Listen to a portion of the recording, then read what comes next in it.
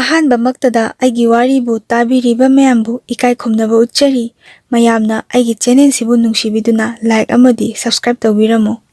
ꯉꯁꯤꯒꯤ ꯋꯥꯔꯤꯁꯤꯁꯨ ꯌꯥꯝꯅ ꯊꯃꯣꯏ ꯁꯣꯛꯄ ꯋꯥꯔꯤꯅꯤ꯫ ꯑꯩ ꯃꯌꯥꯝꯗ ꯈꯤꯇꯪ ꯁꯦꯌꯔ ꯇꯧꯖꯔꯛꯀꯦ꯫ ꯍꯧꯖꯤꯛꯀꯤ ꯏꯅꯥꯎꯅꯨꯄꯤꯁꯦ ꯃꯥꯁꯦ ꯌꯥꯝ ꯂꯥꯡꯅ ꯍꯧꯖꯔꯛꯄꯤ ꯅꯨꯄꯤ ꯃꯆꯥꯅꯤ꯫ ꯑꯗꯨꯛꯀꯤ ꯃꯇꯤꯛ ꯂꯥꯡꯉꯦ꯫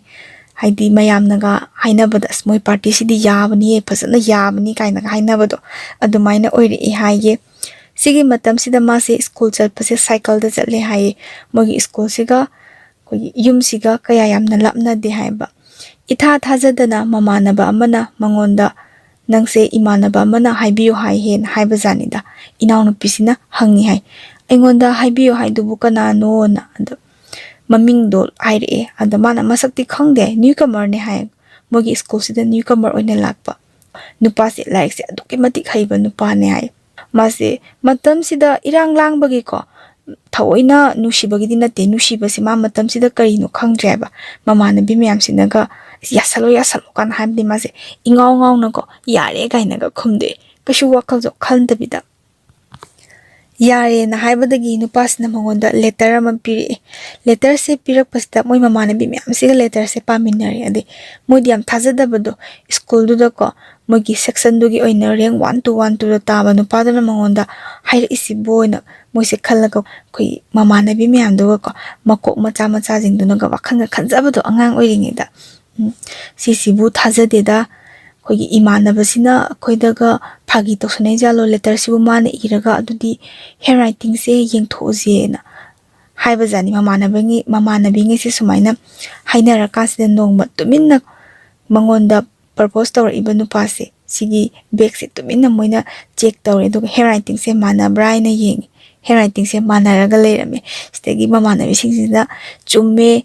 ꯅꯉꯣꯟꯗ ꯁꯤꯒꯤ ꯅꯨꯄꯥꯁꯤꯅ ꯍꯥꯏꯔꯛꯏꯁꯦ, ꯑꯗꯨꯗꯤ ꯑꯩꯈꯣꯏꯁꯨ ꯂꯦꯇꯔꯁꯦ ꯑꯃ ꯍꯜꯂꯁꯦꯅ ꯂꯦꯇꯔꯁꯦ ꯃꯥꯁꯨ ꯍꯜꯂꯦꯀꯣ꯫ ꯃꯇꯝꯁꯤꯗ ꯃꯥꯅ ꯂꯦꯇꯔꯁꯦ ꯄꯥꯕ ꯃꯇꯝꯗ ꯃꯃꯥꯟꯅꯕꯤ ꯃꯌꯥꯝꯒ ꯏꯍꯥꯟ ꯍꯥꯟꯅ ꯄꯥꯃꯤꯟꯅꯈꯤ ꯍꯥꯏ꯫ ꯂꯦꯇꯔ ꯍꯟꯕꯁꯤꯁꯨ ꯃꯃꯥꯟꯅꯕꯤ ꯃꯌꯥꯝꯒ ꯏꯉꯥꯎ ꯉꯥꯎꯅꯀꯣ, ꯍꯥꯏꯗꯤ ꯌꯥꯝ ꯁꯦꯡꯅ ꯍꯥꯏꯕꯗ ꯃꯣꯏ ꯏꯔꯥꯡ ꯇꯧꯔꯤꯅꯦꯕ꯫ ꯏꯔꯥꯡꯒ ꯇꯧꯔꯒ ꯃꯣꯏ ꯃꯌꯥꯝ ꯇꯧꯔꯒ ꯍꯜꯂꯦ ꯂꯦꯇꯔꯁꯦ꯫ ꯂꯦꯇꯔꯁꯦ ꯑꯗꯨꯝ ꯇꯣꯏꯅ ꯇꯣꯏꯅ ꯄꯤꯅꯔꯦ꯫ ꯄꯤꯕꯁꯤꯅ ꯃꯣꯏ ꯑꯅꯤ ꯃꯁꯥ ꯃꯁꯥ ꯅꯣꯡꯃꯇ ꯄꯤꯅꯕꯗꯤ ꯄꯤꯅꯈꯤꯗꯦ꯫ ꯃꯃꯥꯟꯅꯕꯅ ꯄꯤꯔꯛꯄ, ꯑꯗꯩ ꯃꯃꯥꯟꯅꯕꯤꯗ ꯌꯧꯔꯛꯄ, ꯃꯃꯥꯟꯅꯕꯤꯅ ꯑꯃꯨꯛ ꯃꯃꯥꯟꯅꯕꯗ ꯄꯤꯔꯒ ꯌꯥꯝ ꯇꯣꯏꯅ ꯇꯣꯏꯅ ꯄꯤꯃꯟꯗꯅꯅꯦ ꯂꯦꯇꯔꯁꯦ ꯑꯩꯈꯣꯏꯒꯤ ꯂꯩꯔꯛꯇꯗꯅ, ꯋꯥꯍꯩꯁꯦ ꯂꯩꯔꯛꯇꯗꯅ ꯃꯃꯥꯟꯅꯕꯤ ꯏꯁꯩ ꯍꯩꯕꯤ ꯑꯃ ꯌꯥꯎꯏ ꯍꯥꯏ ꯏꯅꯥꯎꯅꯨꯄꯤꯁꯤꯒꯤ ꯃꯃꯥꯟꯅꯕꯤꯀꯣ꯫ ꯏꯁꯩ ꯃꯌꯦꯛ ꯑꯣꯏꯅꯒ ꯏꯔꯒ ꯄꯤꯁꯜꯂꯛꯏ꯫ ꯏꯟꯈꯠꯂꯛꯄ ꯃꯇꯝꯒꯤ ꯌꯥꯝ ꯅꯨꯡꯉꯥꯏꯕ ꯃꯇꯝꯗꯨꯅꯦꯕ꯫ ꯑꯗꯩ ꯅꯨꯄꯥꯗꯨꯁꯨ ꯑꯗꯨꯝ ꯏꯁꯩ ꯃꯌꯦꯛꯇꯒ ꯂꯦꯇꯔꯁꯦ ꯍꯜꯂꯛꯑꯦ ꯍꯥꯏ꯫ ꯁꯤꯒꯤ ꯃꯇꯝꯁꯤꯗ ꯀ꯭ꯂꯥꯁ 9 ꯀꯥꯔꯦ꯫ ꯀ꯭ꯂꯥꯁ 9 ꯀꯥꯕ ꯃꯇꯝꯗꯒꯤꯗꯤ ꯅꯨꯄꯥꯁꯦ ꯕꯣꯔꯗꯤꯡꯗ ꯂꯩꯔꯦ ꯃꯥꯁꯦ꯫ ꯁꯤꯒꯤ ꯃꯇꯝꯁꯤꯗ ꯏꯅꯥꯎꯅꯨꯄꯤꯁꯤꯅ ꯈꯟꯖꯈꯤꯕ, ꯃꯥꯁꯦ ꯂꯥꯏꯔꯤꯛꯁꯨ ꯌꯥꯝ ꯍꯩ, ꯃꯣꯏ ꯏꯃꯨꯡꯁꯤ ꯄꯩꯁꯥ ꯌꯥꯝ ꯄꯥꯏꯕ ꯏꯃꯨꯡ ꯑꯣꯏꯔꯝꯒꯅꯤ, ꯂꯝꯗꯤ ꯈꯔ ꯊꯥꯞꯄꯦ ꯍꯥꯏ, ꯕꯣꯔꯗꯤꯡꯗ ꯂꯩꯍꯟꯕꯖꯥꯠꯅꯤꯗ꯫ ꯄꯩꯁꯥꯒ ꯌꯥꯝꯅ ꯄꯥꯏꯕ ꯅꯨꯄꯥ ꯑꯣꯏꯔ ꯃꯥꯜꯂꯦ ꯈꯣꯠꯂ ꯃꯥꯜꯂꯦ ꯃꯣꯏ ꯏꯃꯨꯡꯁꯦ꯫ ꯑꯁ ꯑꯩꯗꯤ ꯌꯥꯝ ꯏꯀꯥꯏꯖꯩ, ꯑꯩꯗꯤ ꯁꯥꯏꯀꯜꯗꯒ ꯆꯠꯂꯤꯁꯤ ꯀꯥꯏꯅ ꯈꯟꯖꯕꯗꯣ꯫ ꯀ꯭ꯂꯥꯁ 9ꯁꯦ ꯐꯅꯦꯛ ꯁꯦꯠꯂꯦꯗꯅ, ꯐꯅꯦꯛ ꯁꯦꯠꯄ ꯃꯥꯁꯦ ꯏꯀꯥꯏꯕ ꯈꯔ ꯈꯔ ꯐꯥꯎꯔꯛꯑꯦ ꯍꯥꯏꯌꯦ꯫ ꯁ꯭ꯀꯨꯜꯗꯒꯀꯣ ꯃꯃꯤꯡ ꯆꯠꯂꯦꯌꯦ ꯃꯣꯏꯁꯦ꯫ ꯍꯥꯏꯗꯤ ꯁꯦꯡꯅ ꯍꯥꯏꯔꯕꯗ ꯂꯥꯏꯔꯤꯛ ꯌꯥꯝ ꯍꯩꯕ ꯅꯨꯄꯥ ꯃꯆꯥ ꯑꯃꯒ ꯁ꯭ꯀꯨꯜꯁꯤꯗ ꯈ꯭ꯋꯥꯏꯗꯒꯤ ꯂꯥꯡꯕꯤ ꯅꯨꯄꯤ ꯃꯆꯥ ꯑꯃꯒ ꯅꯨꯡꯁꯤꯅꯔꯦ ꯍꯥꯏꯕꯁꯤꯗꯤ ꯑꯣꯖꯥꯁꯤꯡꯁꯤꯅ ꯑꯗꯨꯝ ꯈꯪꯕ꯫ ꯑꯗꯨ ꯐꯥꯕꯗꯤ ꯐꯥꯈꯤꯗꯦ ꯍꯥꯏ꯫ ꯍꯥꯏꯗꯤ ꯇꯁꯦꯡꯅ ꯂꯥꯏꯕꯛ ꯐꯕ ꯍꯥꯏꯒꯗ꯭ꯔꯥ, ꯗꯥꯎ ꯌꯥꯕ ꯍꯥꯏꯒꯗ꯭ꯔꯥ ꯀꯣ, ꯂꯦꯇꯔꯒ ꯊꯥꯅꯔꯤ ꯃꯌꯥꯝꯗꯣ ꯀꯩꯝꯇ ꯑꯗꯨꯝ ꯄ꯭ꯔꯨꯐ ꯂꯩꯇꯕꯅꯤꯅ ꯐꯥꯈꯤꯗꯦ꯫ ꯑꯇꯣꯞꯄ ꯃꯃꯥꯟꯅꯕ ꯀꯥꯏꯗꯤ ꯐꯥꯗ ꯆꯩꯒ ꯆꯥꯕ ꯌꯥꯎꯈꯤ ꯍꯥꯏꯕ, ꯃꯣꯏꯕꯥꯅꯤꯒꯤꯗꯤ ꯐꯥꯈꯤꯗꯦ ꯍꯥꯏꯌꯦ꯫ ꯃꯇꯝ ꯈꯔ ꯂꯩꯔꯒꯀꯣ ꯃꯣꯏꯗꯒꯤ ꯀ꯭ꯂꯥꯁ ꯍꯦꯟꯕ ꯑꯩꯈꯣꯏ ꯑꯦꯛꯖꯥꯝ ꯊꯥꯈꯤꯕ ꯍꯥꯏꯇꯥꯔꯦ꯫ ꯀ꯭ꯂꯥꯁ 10ꯒꯤ ꯑꯦꯛꯖꯥꯝ ꯊꯥꯕ ꯂꯣꯏꯈ꯭ꯔꯕ ꯅꯨꯄꯥ ꯑꯃ, ꯃꯣꯏꯒꯤ ꯑꯗꯨꯋꯥꯏꯗ ꯗꯨꯀꯥꯟ ꯐꯝꯃꯒ ꯂꯩꯕ ꯑꯃ ꯍꯥꯏꯇꯥꯔꯦꯅꯦ, ꯍꯧꯖꯤꯛꯀꯤ ꯏꯅꯥꯎꯅꯨꯄꯤꯁꯤꯒꯤ ꯃꯃꯥꯟꯅꯕꯤꯁꯤꯡꯒꯤ ꯃꯕꯨꯡ ꯊꯣꯛꯄ ꯑꯃꯅ ꯏꯅꯥꯎꯅꯨꯄꯤꯁꯤꯗ ꯑꯃꯨꯛ ꯅꯨꯡꯁꯤ ꯄꯥꯝꯃꯤꯅ ꯍꯥꯏꯔꯛꯄꯖꯥꯠꯅꯤꯗ꯫ ꯑꯗ ꯃꯥꯅ ꯂꯦꯇꯔꯁꯤꯗ ꯍꯥꯏꯗꯣꯛꯑꯦ, ꯃꯥꯒ ꯅꯨꯡꯁꯤꯅꯔꯤꯕ ꯅꯨꯄꯥꯁꯤꯗꯀꯣ ꯑꯩꯉꯣꯟꯗ ꯅꯨꯄꯥ ꯑꯃ ꯁꯨꯃꯥꯏꯅ ꯍꯥꯏꯔꯛꯑꯦ ꯈꯣꯠꯂꯛꯑꯦ ꯀꯥꯏꯅꯒ ꯍꯥꯏꯕꯀꯣ꯫ ꯀꯔꯤꯝꯇ ꯍꯥꯏꯗꯦ ꯍꯥꯏꯌꯦ꯫ ꯁꯤꯒꯤ ꯃꯇꯝꯁꯤꯗ ꯃꯥꯒ ꯅꯨꯡꯁꯤꯅꯔꯤꯕ ꯅꯨꯄꯥꯁꯦ ꯑꯩꯈꯣꯏꯒꯤ ꯂꯥꯏꯔꯤꯛ ꯂꯥꯏꯁꯨꯒ ꯌꯥꯝ ꯍꯩꯕꯀꯣ, ꯇꯨꯃꯤꯟꯅ ꯑꯗꯨم ꯃꯥꯒꯤ ꯊꯣꯛꯄ ꯑꯃ ꯑꯗꯨꯝ ꯇꯧꯔꯒ ꯂꯩꯕ, ꯌꯥꯝꯅ ꯂꯦꯝꯕ ꯍꯥꯏꯇꯥꯔꯦ, ꯀꯔꯤꯝꯇ ꯍꯥꯏꯗꯦ꯫ ꯑꯗꯨꯒ ꯃꯉꯣꯟꯗ ꯍꯥꯏꯔꯛꯏꯕ ꯅꯨꯄꯥ ꯈꯔ ꯁꯦꯅꯤꯌꯔꯁꯦ ꯁꯤꯁꯤꯅ ꯁ꯭ꯀꯨꯜꯒꯤ ꯒꯦꯠꯇꯒ ꯉꯥꯏꯔꯝꯕꯗꯣꯀꯣ, ꯑꯗ ꯃꯉꯣꯟꯗꯒ ꯅꯤꯡꯕꯒꯤ ꯃꯑꯣꯡ ꯇꯧꯕ ꯈꯣꯠꯄꯁꯦ ꯂꯣꯏ ꯈꯪꯉꯦ ꯍꯥꯏꯕꯀꯣ ꯃꯥꯒ ꯅꯨꯡꯁꯤꯅꯔꯤꯕ ꯅꯨꯄꯥꯁꯤꯁꯨ ꯈꯪꯉꯤꯅꯦꯌꯦ ꯀꯔꯤꯝꯇ ꯍꯥꯏꯗꯦ ꯑꯗꯩ ꯃꯥꯒ ꯅꯨꯡꯁꯤꯅꯔꯤꯕ ꯅꯨꯄꯥꯁꯤꯒꯤ ꯃꯃꯥꯟꯅꯕꯁꯤꯡꯁꯤꯅꯀꯣ ꯍꯥꯏꯕꯖꯥꯅꯤꯗ ꯅꯪꯒ ꯅꯨꯡꯁꯤꯅꯔꯤꯕ ꯅꯨꯄꯤꯁꯤꯗ ꯑꯁꯤꯒꯤ ꯁꯦꯅꯤꯌꯔꯁꯤꯅꯒ ꯍꯥꯏꯔꯛꯏꯁꯦ ꯃꯤ ꯎꯁꯤꯠꯇ꯭ꯔꯤꯅꯤ ꯑꯁ ꯑꯩꯈꯣꯏ ꯐꯨꯒꯥꯏꯔꯁꯤ ꯀꯥꯏꯅꯒ ꯍꯥꯏꯌꯦ ꯑꯗ ꯃꯥꯒ ꯅꯨꯡꯁꯤꯅꯔꯤꯕ ꯅꯨꯄꯥꯁꯤꯅ ꯑꯁ ꯑꯗꯨꯃꯥꯏꯅ ꯇꯧꯒꯅꯨ ꯐꯠꯇꯦ ꯀꯩꯝꯇ ꯃꯥꯟꯅꯔꯣꯏꯁꯤꯗ ꯀꯥꯟꯅ ꯌꯥꯝ ꯒ꯭ꯌꯥꯟ ꯇꯥꯅ ꯍꯥꯏꯔꯛꯑꯦ ꯍꯥꯏꯌꯦꯕꯀꯣ ꯑꯗꯨ ꯈꯔꯗꯤ ꯂꯩꯗꯅ ꯑꯩꯈꯣꯏ ꯍꯥꯏ ꯁ꯭ꯀꯨꯜ ꯃꯇꯝꯗ ꯊꯦꯡꯅꯔꯛꯄꯅꯦ ꯂꯥꯁ ꯕꯦꯟꯁꯇꯒ ꯍꯥꯐ ꯊꯥꯕ ꯃꯇꯝꯗꯒ ꯑꯩꯈꯣꯏ ꯅꯨꯄꯤꯒꯤ ꯃꯔꯝꯗꯩꯒ ꯁ꯭ꯀꯤꯟꯅꯒ ꯊꯤꯟꯇꯠꯅꯗꯅꯒ ꯏꯒ ꯇꯥꯟꯅꯗꯅ ꯄ꯭ꯔꯤꯟꯁꯤꯄꯥꯜꯒꯤ ꯆꯩꯒ ꯃꯌꯥꯝ ꯆꯥꯈꯤꯕ ꯌꯥꯝ ꯌꯥꯎꯕꯅꯦ ꯑꯩꯈꯣꯏ ꯃꯇꯝꯗꯁꯨ ꯌꯥꯎꯔꯛꯑꯦꯕ ꯅꯤꯡꯁꯤꯡꯉꯛꯄ ꯏꯅꯥꯎꯅꯨꯄꯤꯒꯤ ꯋꯥꯔꯤꯁꯤꯗ ꯁꯨꯃꯥꯏꯅ ꯂꯩꯌꯦ ꯌꯥꯝꯅ ꯂꯦꯝꯃꯦꯕꯀꯣ ꯍꯧꯖꯤꯛꯀꯤ ꯀꯩꯅꯣꯁꯦ ꯏꯅꯥꯎꯅꯨꯄꯤꯒ ꯅꯨꯡꯁꯤꯅꯔꯤꯕ ꯅꯨꯄꯥꯁꯦ ꯃꯉꯣꯟꯗ ꯄꯥꯝꯃꯤ ꯅꯨꯡꯁꯤ ꯍꯥꯏꯔꯛꯄ ꯅꯨꯄꯥꯁꯤ ꯃꯥ ꯀꯔꯤꯝꯇ ꯍꯥꯏꯗꯕ ꯃꯥꯒꯤ ꯊꯣꯛꯄ ꯑꯃ ꯑꯗꯨꯝ ꯂꯩꯌꯦ ꯀ꯭ꯂꯥꯁ 10 ꯀꯥꯔꯛꯑꯦ ꯑꯗ ꯀ꯭ꯂꯥꯁ 10 ꯀꯥꯔꯛꯄ ꯃꯇꯝꯁꯤꯗ ꯑꯩꯈꯣꯏꯒꯤ ꯀꯩꯅꯣꯁꯤꯅꯀꯣ ꯏꯅꯥꯎꯅꯨꯄꯤꯁꯤꯅ ꯃꯥꯒ ꯅꯨꯡꯁꯤꯅꯔꯤꯕ ꯅꯨꯄꯥꯁꯦ ꯁꯤꯗꯒꯤꯗꯤ ꯅꯨꯡꯁꯤꯕ ꯍꯧꯔꯛꯑꯦ ꯊꯃꯣꯏꯗ ꯅꯨꯡꯁꯤꯒꯤ ꯏꯍꯨꯜꯁꯦ ꯁꯤꯗꯒꯤꯗꯤ ꯐꯥꯎꯕ ꯍꯧꯔꯛꯑꯦꯕ ꯃꯃꯥꯡꯗꯤ ꯑꯗꯨꯝ ꯂꯦꯇꯔ ꯑꯗꯨꯝ ꯄꯤꯅꯩ ꯁꯤꯗ ꯅꯨꯡꯁꯤꯕꯁꯦ ꯃꯥ ꯀꯩꯁꯨ ꯌꯥꯝ ꯐꯥꯎꯈꯤꯗꯦ ꯁꯤꯗꯒꯤꯗꯤ ꯃꯥꯅ ꯀꯩ ꯍꯥꯏꯅꯤ ꯊꯃꯣꯏꯗ ꯃꯤꯍꯨꯟꯒ ꯗꯪ ꯁꯣꯡꯕ ꯃꯥ ꯎꯔꯒ ꯏꯀꯥꯏꯕ ꯈꯔ ꯐꯥꯎꯔꯛꯑꯦ ꯑꯗ ꯃꯥꯅꯀꯣ ꯌꯥꯝ ꯅꯨꯡꯁꯤꯕ ꯃꯥꯒꯤ ꯌꯥꯝꯅ ꯊꯃꯣꯏ ꯁꯦꯡꯅ ꯅꯨꯡꯁꯤꯖꯕꯒꯤꯀꯣ ꯃꯥꯒꯤ ꯃꯄꯥꯅꯀꯣ ꯅꯪꯒꯤ ꯑꯆꯥꯄꯣꯠ ꯆꯥꯋꯣ ꯅꯪꯒꯤ ꯀꯩꯅꯣꯝꯃ ꯂꯩꯌꯣꯅ ꯄꯤꯕ ꯄꯩꯁꯥꯁꯦ ꯃꯥꯅ ꯌꯥꯝ ꯋꯥꯅ ꯏꯅꯥꯎꯄꯤꯁꯤꯅ ꯌꯥꯝꯅ ꯋꯥꯅ ꯇꯨꯡꯁꯤꯟꯖꯔꯒ ꯃꯥꯒꯤ ꯅꯨꯡꯁꯤꯕꯁꯤꯗ ꯃꯥꯗꯤ ꯕꯣꯔꯗꯤꯡꯗ ꯂꯩꯕꯅꯤꯅ ꯍꯣꯂꯤꯛꯁꯀꯨꯝꯕ ꯃꯤꯀꯣꯁꯦ ꯄꯦꯀꯦꯠꯀ ꯂꯩꯔꯒ ꯃꯉꯣꯟꯗ ꯄꯤꯖꯩ ꯍꯥꯏꯌꯦꯕꯀꯣ ꯄꯤꯖꯕꯗꯣ ꯑꯗꯨꯝ ꯃꯃꯥꯟꯅꯕꯤꯗ ꯑꯗꯨꯝ ꯄꯤꯍꯜꯂꯤꯅꯤ ꯁꯤꯁꯨ ꯃꯥꯅ ꯄꯤꯕ ꯅꯠꯇꯦ ꯅꯨꯄꯥꯁꯤꯅ ꯄꯥꯎꯈꯨꯝ ꯑꯣꯏꯅ ꯑꯗꯨꯝ ꯄꯤꯔꯛꯄꯗꯣꯀꯣ ꯅꯪꯅꯗꯤ ꯑꯩꯒꯤꯗꯃꯛꯇ ꯃꯌꯥꯝ ꯄꯤꯔꯛꯑꯦ ꯑꯗꯣ ꯑꯩꯗꯤ ꯕꯣꯔꯗꯤꯡꯗ ꯂꯩꯕꯅꯤ나 ꯅꯪꯒꯤꯗꯃꯛꯇ ꯀꯩꯝꯇ ꯄꯤꯕ ꯉꯝꯗꯦ ꯀꯥꯏꯅꯒ ꯂꯦꯇꯔꯗ ꯍꯥꯏꯔꯛꯑꯦ ꯂꯦꯇꯔꯁꯦ ꯄꯥꯔꯒ ꯁꯤꯒꯤ ꯃꯇꯝꯗꯗꯤ ꯃꯥꯁꯦ ꯃꯃꯥꯟꯅꯕꯤꯁꯤꯡꯒ ꯄꯥꯃꯤꯟꯅꯔꯁꯨꯀꯣ ꯃꯥꯁꯦ ꯏꯀꯥꯏꯕ ꯐꯥꯎꯋꯦ ꯍꯥꯏꯗꯤ ꯅꯣꯛꯆꯩ ꯍꯥꯏꯕꯀꯣ ꯂꯦꯇꯔꯗꯒ ꯃꯃꯥꯏ ꯍꯥꯏꯐꯦꯠꯀ ꯈꯨꯝꯃꯒ ꯅꯣꯛꯐꯦꯠꯀ ꯇꯧꯖꯕꯗꯣ ꯁꯤꯒꯤ ꯃꯇꯝꯗꯒꯤ ꯍꯧꯔꯛꯑꯦ ꯍꯥꯏꯌꯦ ꯌꯥꯝꯅ ꯅꯨꯡꯁꯤꯕ ꯑꯗꯨꯝ ꯅꯨꯡꯁꯤꯕ ꯍꯦꯟꯕꯒꯤꯀꯣ ꯃꯥꯅ ꯑꯗꯨꯝ ꯄꯤꯖꯩ ꯍꯥꯏꯌꯦꯕ ꯑꯗꯩ ꯋꯤꯟꯇꯔ ꯃꯇꯝꯗꯅꯦ ꯋꯤꯟꯇꯔꯒꯤ ꯐ꯭ꯔꯨꯏꯠꯁꯦ ꯂꯩꯗꯣꯏꯕ ꯏꯅꯥꯎꯄꯤꯁꯤꯅ ꯁꯝꯃꯔ ꯃꯇꯝꯗꯅꯅꯦ ꯁꯝꯃꯔꯒꯤ ꯐ꯭ꯔꯨꯏꯠꯁꯦ ꯂꯩꯗꯣꯏꯕ ꯑꯉꯥꯡ ꯑꯣꯏꯔꯤꯕꯅꯤꯅ ꯂꯩꯕꯁꯦ ꯀꯔꯥꯏꯗꯒꯤ ꯂꯩꯗꯣꯏꯅꯣ ꯍꯥꯏꯕꯗꯤ ꯈꯪꯗꯕꯅꯤꯅ ꯀꯔꯥꯏꯗ ꯑꯩꯈꯣꯏꯒꯤ ꯅꯨꯄꯥꯁꯤꯡꯒꯤ ꯐꯖꯕ ꯐꯤꯔꯣꯜꯁꯦ ꯌꯣꯜꯂꯤ ꯈꯣꯠꯂꯤꯗꯤ ꯃꯥꯗꯤ ꯀꯩꯝꯇ ꯈꯪꯖꯕ ꯅꯠꯇꯦ ꯍꯥꯏꯕ ꯑꯉꯥꯡꯁꯨ ꯑꯣꯏꯔꯤꯗꯅ ꯑꯗ ꯃꯣꯏꯒꯤ ꯁ꯭ꯀꯨꯜꯗꯨꯒꯤ ꯑꯗꯩ ꯈꯤꯇꯪ ꯆꯠꯂꯒ ꯂꯩꯕ ꯕꯖꯥꯔꯗꯣ ꯑꯗ ꯌꯣꯟꯕ ꯇꯁꯦꯡꯅ ꯍꯥꯏꯔꯒ ꯗꯨꯀꯥꯟ ꯃꯆꯥꯗ ꯌꯣꯟꯕꯗꯣ ꯑꯗꯨꯗꯣ ꯂꯩꯖꯩ ꯍꯥꯏꯌꯦ ꯃꯥꯅ ꯁꯥꯒꯠꯆꯕꯀꯣ ꯃꯥꯒꯤ ꯅꯨꯡꯁꯤꯅꯔꯤꯕ ꯅꯨꯄꯥꯁꯤꯅ ꯃꯉꯣꯟꯗ ꯄꯛꯆꯒꯗꯕ ꯃꯆꯨ ꯃꯥꯅ ꯁꯥꯒꯠꯆꯕ ꯃꯆꯨꯗꯣ ꯂꯩꯔꯒ ꯄꯤꯖꯩ ꯍꯥꯏꯌꯦ ꯌꯥꯝ ꯅꯨꯡꯁꯤꯀꯣ ꯅꯨꯄꯥꯁꯤꯅ ꯄꯤꯔꯛꯄ ꯅꯠꯇꯦ ꯅꯨꯄꯤꯁꯤꯅ ꯄꯤꯖꯕꯅꯦꯕ ꯅꯨꯡꯁꯤꯕꯒꯤ ꯏꯉꯥꯎ ꯉꯥꯎꯖꯔꯁꯨ ꯏꯔꯥꯡ ꯂꯥꯡꯖꯔꯁꯨ ꯃꯥꯒꯤ ꯑꯔꯩꯕ ꯈꯔꯗꯣ ꯊꯃꯣꯏꯁꯦ ꯑꯗꯨꯛꯀꯤ ꯃꯇꯤꯛ ꯁꯦꯡꯖꯕ ꯍꯥꯏꯇꯥꯔꯦꯅꯦ ꯅꯨꯄꯥꯗꯒ ꯑꯣꯏꯔꯝꯃꯗꯤ ꯌꯥꯝ ꯐꯗꯧꯅꯤ ꯍꯧꯖꯤꯛꯀꯤ ꯏꯅꯥꯎꯅꯨꯄꯤꯁꯦ ꯑꯗꯣ ꯅꯨꯄꯤ ꯑꯣꯏꯔꯁꯨ ꯃꯥꯅ ꯃꯥꯒꯤ ꯅꯨꯡꯁꯤꯕꯁꯤꯗ ꯑꯗꯨꯝ ꯄꯤꯌꯦ ꯃꯥꯒꯤ ꯅꯨꯡꯁꯤꯕꯁꯤꯅꯁꯨ ꯃꯉꯣꯟꯗ ꯄꯤꯔꯛꯄꯁꯦ ꯑꯩꯈꯣꯏꯒꯤ ꯑꯦꯛꯖꯥꯝ ꯃꯇꯝꯗ ꯄꯦꯟꯒ ꯄꯤꯔꯛꯑꯦ ꯍꯥꯏ ꯃꯥꯅ ꯉꯝꯖꯕꯗꯣ ꯄꯤꯖꯔꯛꯄꯗꯣ ꯄꯦꯟꯁꯦ ꯅꯪ ꯑꯦꯛꯖꯥꯝꯗ ꯏꯌꯣ ꯈꯣꯠꯂꯣ ꯀꯥꯏꯅ ꯄꯤꯔꯛꯄꯁꯦ ꯃꯥꯒꯤ ꯊꯃꯣꯏꯁꯤꯅ ꯌꯥꯝ ꯄꯦꯟꯖꯩ ꯍꯥꯏꯌꯦꯕ ꯀꯩꯅꯣꯗꯨꯒꯤ ꯋꯥꯔꯤ ꯅꯠꯇꯦ ꯍꯥꯏꯗꯤ ꯃꯌꯥꯝ ꯄꯤꯔꯛꯑꯦ ꯍꯥꯏꯕ ꯃꯌꯥꯝ ꯄꯤꯔꯛꯄ ꯃꯌꯥꯝ ꯄꯤꯔꯛꯇꯕ ꯑꯃꯠꯇ ꯂꯩꯇꯦ ꯁꯤꯗ ꯁꯨꯞꯅꯇꯪꯒꯤ ꯃꯉꯣꯟꯗ ꯄꯣꯠꯁꯛ ꯃꯆꯥ ꯑꯃꯈꯛ ꯄꯤꯔꯛꯑꯁꯨ ꯅꯨꯡꯁꯤꯕꯅ ꯄꯤꯔꯛꯄꯅꯤꯅ ꯃꯉꯣꯟꯗ ꯃꯒꯨꯜ ꯑꯗꯨꯛꯀꯤ ꯃꯇꯤꯛ ꯋꯥꯡꯖꯩ ꯍꯥꯏꯌꯦ ꯁꯤꯗꯒꯤꯗꯤ ꯏꯅꯥꯎꯅꯨꯄꯤꯁꯨ ꯃꯥꯁꯨ ꯕꯣꯔꯗꯤꯡꯗ ꯂꯩꯅꯤꯡꯕ ꯐꯥꯎꯔꯛꯑꯦ ꯍꯥꯏꯌꯦ ꯃꯥꯒꯤ ꯅꯨꯡꯁꯤꯕꯁꯨ ꯂꯩꯔꯕꯅꯤꯅꯀꯣ ꯃꯥꯒ ꯄꯨꯟꯅꯒ ꯂꯥꯏꯔꯤꯛ ꯄꯥꯃꯤꯟꯅꯕ ꯑꯗꯒꯤ ꯃꯥꯒ ꯅꯛꯁꯟꯅꯅꯤꯡꯕꯒꯤ ꯏꯍꯨꯜ ꯑꯃ ꯃꯉꯣꯟꯗ ꯐꯥꯎꯔꯛꯑꯦ ꯃꯥꯅ ꯃꯥꯒꯤ ꯕꯕꯥꯁꯤꯗ ꯍꯥꯏꯌꯦ ꯕꯕꯥ ꯑꯩ ꯕꯣꯔꯗꯤꯡꯗ ꯂꯩꯔꯒꯦꯅ ꯑꯗ ꯃꯥꯒꯤ ꯕꯕꯥꯁꯤꯗꯤ ꯌꯥꯝ ꯁꯥꯊꯤ ꯍꯥꯏ ꯌꯥꯝ ꯏꯁꯇ꯭ꯔꯤꯛ ꯑꯣꯏ ꯍꯥꯏꯕ ꯌꯥꯝ ꯆꯦꯛꯁꯤꯟꯖꯕ ꯃꯆꯥꯁꯤꯡꯁꯦ ꯀꯔꯤꯗ ꯁꯣꯏꯈꯤꯒꯗꯒꯦꯅ ꯌꯥꯔꯣꯏ ꯅꯪ ꯕꯣꯔꯗꯤꯡꯗ ꯂꯩꯕ ꯁꯤꯗ ꯐꯥꯎꯕ ꯂꯥꯏꯔꯤꯛ ꯅꯤꯡꯊꯤꯖꯅ ꯄꯥꯒꯅꯤ ꯈꯪꯗꯕ ꯅꯪꯅ ꯑꯥꯗ ꯂꯩꯔꯒ ꯀꯩꯗꯧꯗꯣꯏꯅꯣ ꯈꯪꯗꯦ ꯍꯥꯏ ꯃꯥꯅ ꯑꯃꯨꯛ ꯈꯨꯝꯃꯦ ꯍꯥꯏ ꯕꯕꯥ ꯑꯥꯗꯗꯤ ꯀꯣꯆꯤꯡꯁꯨ ꯐꯖꯅ ꯇꯧꯋꯦ ꯑꯗ ꯑꯦꯛꯖꯥꯝꯒꯤ ꯐꯖꯅ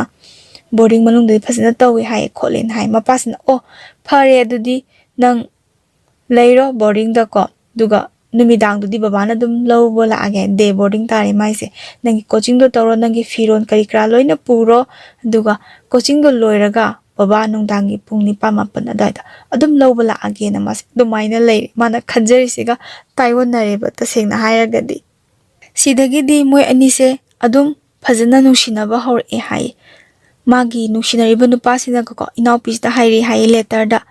ꯅꯪ ꯉꯁꯥꯏ ꯄꯔꯥ ꯐꯥꯗꯕꯒꯤ ꯑꯣꯖꯥꯅ ꯐꯨꯕꯗꯣ ꯅꯪ ꯅꯥꯕ꯭ꯔꯥ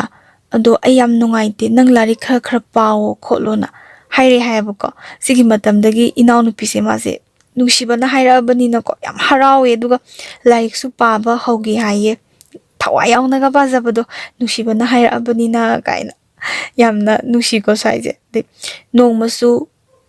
nupasina ko maga nushinariba nupasina mana mayumda chatluraga hal akanda ko mangonda fruit t-shirt ama khak pire haye mangonda aduga pire aduga haire haye sise chechena ko chechena moreda chatlubada nangi ne na layrakpane nangi photo do ko imana ne kogi chengna haraga mogi family gi photo duda nangi photo do imana happy howe gana mangonda letter daga haire aiba sumaina ga hairak pasida inaupise yamna harauzagi haye aibadi mangana yam nushija ko nupa dunaga mogi mamana ga mabu yamna nushibi kholi kainaga haibasida aduki matik haraubase pawi hai unabadi su unade moi bani se duga hakthengna na wari sanabasu suksan sanadaba sanagi haibase adum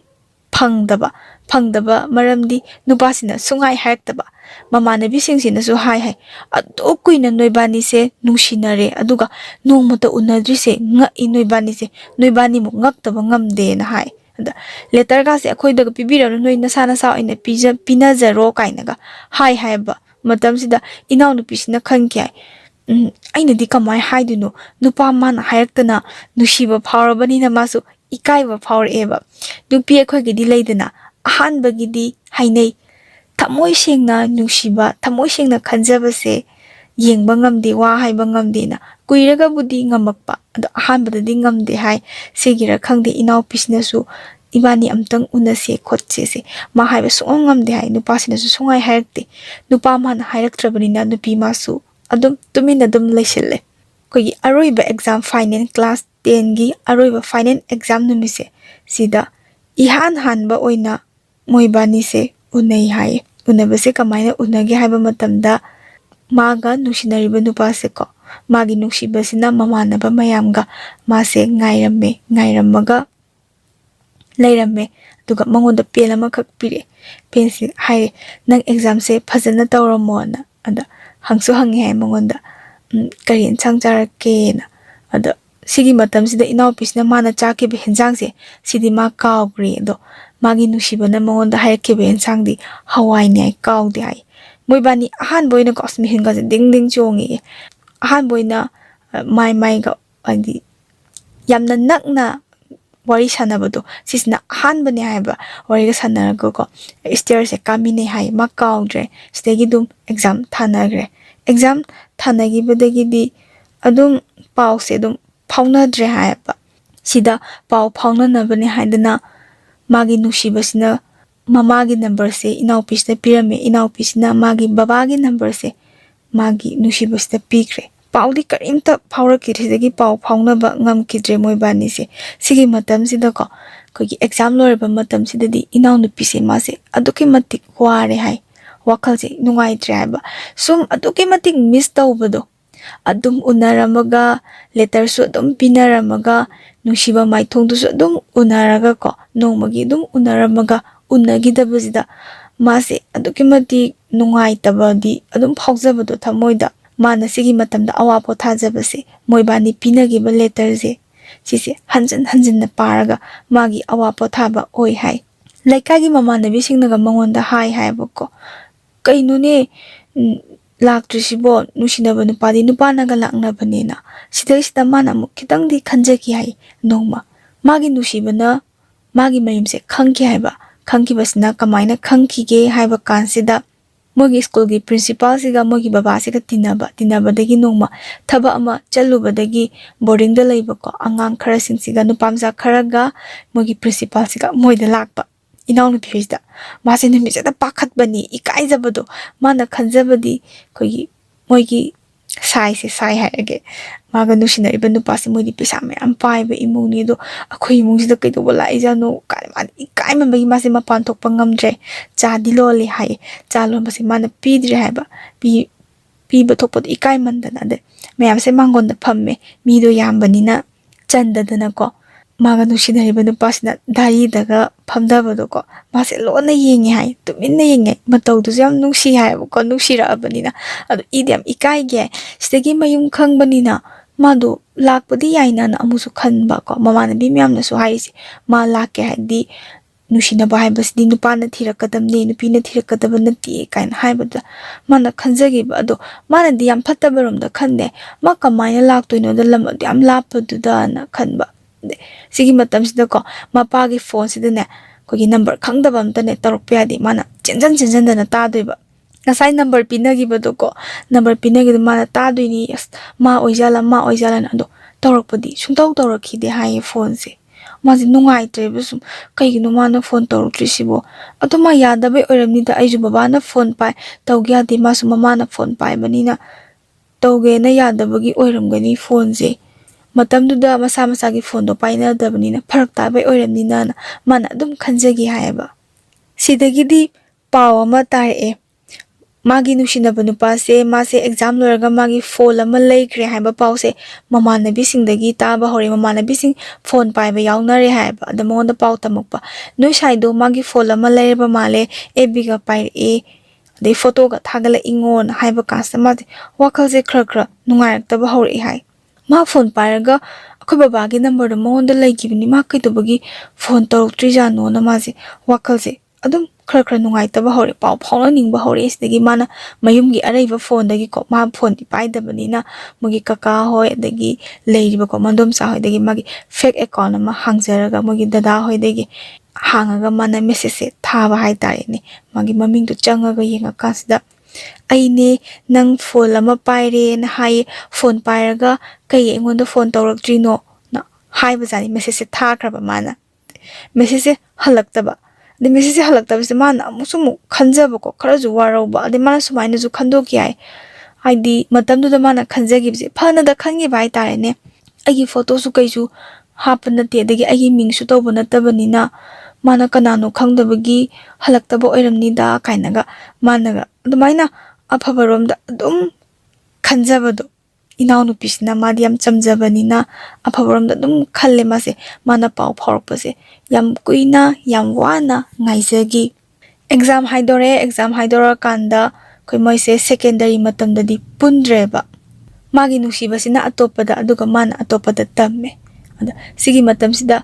magi nusibasina tammiba mafamse sisidi lalaga ma challe mana secondary tamba matamsidadi moigi kogi mase benda challe haiba ko mase phawraga lambi challe ada mase dumdi yengjaba ko lehore ko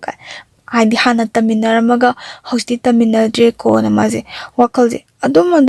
nungaitabadi helede mamanabi singna ko tonga high school da kogi punkiba mamanabi singje secondary dadi amta pundre haiba yambana loina tokai tanabani na mase thawai ju nungaitre matamsida mangonda nusi pami kaina hairakpasu yawbadu ma kya thawoidre haidi ma asengba nusiba thamoi asengba nusibado khangkibani na magi makoksida kemta atopagi wakhal amta changidre mangonda khanjaba haibabu sigi matamsida mase taseng harga maje lariksu thawai yaudreba wakhala mada adum ungaga leiri mana kaigino ingonda paw phawroktrisibo ma kaidongai paw phawrakani khotkani na adum khanjabasna magi mathau oijare mamanabi meyamna suko mangonda sum haijalakpado nang nusinabado chahi ahum pharaga nongmodu sunongonda paw phawrokte kaigino dubo mado atopa koiramgataba mali kholin mayamsina mangonda ngangjalakpa mayamse maje sum prane sum chaklakpa sona kandana fb ga pairaga photo ga thagal ai habse maje sum sauningba de ikai nusi yanabana henmandana maje yam nungai tadana ko nongma sauningba hemangibagi khoi letter se mana mai thai letter se kamaina mai thagi hai kansida mandomza ko luhongba kuidri hai mandomza sida masi saksangda chak thongaga leibako atei doidi chingnaga ne na mana mandomza ji manakta changaga mandomza na chak thongi bise mana letter se mai sum thadokpa mandomza sina di haire hai nangna mai thadoi dubu chithi malida chithi mai thaba se phatte haibani ko na hai mongon lakna boy kai boy ko ada mana nungyam nungai thrai mana khumi domza letter na teda kaino ne kogi aina lai lotion bada phattaba che chang yawdo aina mai thadokpani na khumme nungdi nungai thai ikai manbaga sauningbaga nusibani na ko tamna thaningda haidi nahan khaidi letter do paraga magi awaba pothajarmini ado masu kauragida nangnadi ꯑꯩꯕꯨ ꯀꯩꯝꯇ ꯅꯤꯡꯁꯤꯡꯉꯛꯇ꯭ꯔꯒ ꯑꯩ ꯅꯪꯕꯨ ꯀꯥꯎꯔꯒꯦꯗꯥꯅ ꯃꯥꯁꯦ ꯈꯜꯂꯒ ꯂꯦꯇꯔꯗꯣ ꯊꯥꯗꯣꯛꯈꯤꯕꯅꯦꯕ ꯀꯥꯎꯊꯣꯛꯄ ꯇꯝꯂꯒꯦꯅ ꯈꯜꯂꯁꯨ ꯃꯥ ꯉꯝꯗ꯭ꯔꯦꯀꯣ ꯍꯦꯟꯅ ꯅꯨꯡꯁꯤꯔꯦ ꯀꯥꯎꯔꯒꯦ ꯈꯜꯂꯒꯅ ꯍꯦꯟꯅ ꯅꯨꯡꯁꯤꯔꯛꯄꯗꯧꯅ ꯃꯥꯁꯦ ꯅꯨꯡꯁꯤꯔꯦ ꯁꯤꯗꯒꯤ ꯃꯥꯅ ꯏꯀꯥꯏ ꯋꯥꯡꯕꯁꯦ ꯊꯥꯗꯣꯛꯑꯒꯀꯣ ꯑꯩꯈꯣꯏꯒꯤ ꯃꯟꯗꯣꯝꯆꯥꯒꯤ ꯅꯝꯕꯔꯗꯒꯤ ꯃꯥꯅ ꯃꯟꯗꯣꯝꯆꯥꯁꯦ ꯂꯨꯍꯣꯡꯕ ꯀꯨꯏꯗ꯭ꯔꯤꯕꯅꯤꯅ ꯃꯥꯅ ꯈꯔ ꯍꯥꯏꯕꯗ ꯀꯣꯏꯖꯗꯕꯒꯤ ꯃꯥꯅ ꯍꯥꯏꯔꯒ ꯑꯩꯈꯣꯏꯒꯤ ꯃꯃꯥꯁꯤꯒꯤ ꯅꯝꯕꯔ ꯄꯤꯔꯝꯕꯗꯣ ꯃꯥꯒ ꯅꯨꯡꯁꯤꯅꯔꯤꯕ ꯅꯨꯄꯥꯁꯤꯅ ꯃꯥꯅ ꯐꯣꯟ ꯇꯧꯏ ꯃꯃꯥꯁꯤꯗ ꯃꯃꯥ ꯑꯩꯅꯦ